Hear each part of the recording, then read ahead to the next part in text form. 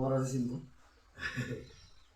চিনবো বলতে মহারাজা না না আপনি বলে চিনবো আর কি হ্যাঁ আজকে দাদা আপনারা আজকে এখানে চড়লাম আড়ালিয়াতে ত্রিপুরা মথুর তরফ থেকে কি কারণে আজকে এই গড়ে ভিজিট করা হয়েছে?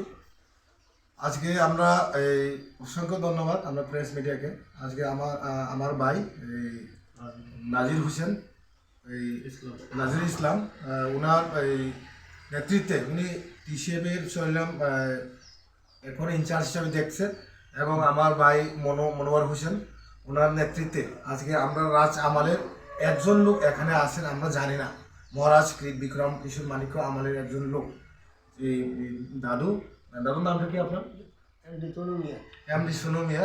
তাহলে এই বাড়িটা কি কি লাল মিয়া সর্দার বাড়ি। লাল মিয়া সর্দার বাড়ি বললে রাজামাল থেকে চেনা হতো, এই চিন্ত। তো দাদুই বলবেন ওরা মহারাজের সঙ্গে কি কি করেছিল উনি বলবেন। মহারাজের ইয়ে অমৃত কিশোর বাবা আইতো যে শিক্ষার্থী আরো। আচ্ছা আচ্ছা হ্যাঁ তাহলে আমরা শিক্ষার্থী আরো গেছি। আচ্ছা আচ্ছা আচ্ছা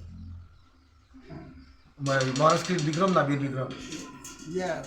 বীর বিক্রমের ছেলে আর কি।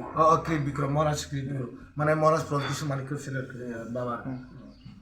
আচ্ছা ওনার বাবারই তো দেখছি। তুমি তো আপনার রায়তি প্রজা রাজার সঙ্গে আপনার রায়তি প্রজা রাজা রায়তি প্রজা খুব আচ্ছা আচ্ছা আমাদের দলিলও লেখা আছে এখনো রাজার রায়তি প্রজা। আচ্ছা আচ্ছা রাজার রায়তি প্রজা প্রজা। আচ্ছা আচ্ছা। তো আপনার ত্রিপুরা মথাতে ওখানে তো মহারাজ প্রতিকিশোর মানিক্য নেতৃত্বে আমরা সামনে চলে আমরা ত্রিপুরা মথা প্রার্থী দিব। তো আপনার আশীর্বাদ করেন। আর গেটা ত্রিপুরালেন বা ত্রিপুরালেন নিয়ে আমরা আজকে কথা বলছি কেন বলতে অনেক সবচেয়ে বেশি ডিপ্রাইভ হচ্ছে মুসলিম এবং ত্রিপুরা। আমরা তো চাই পাস করে মহারাজ প্রতিকিশোর মানিক্য।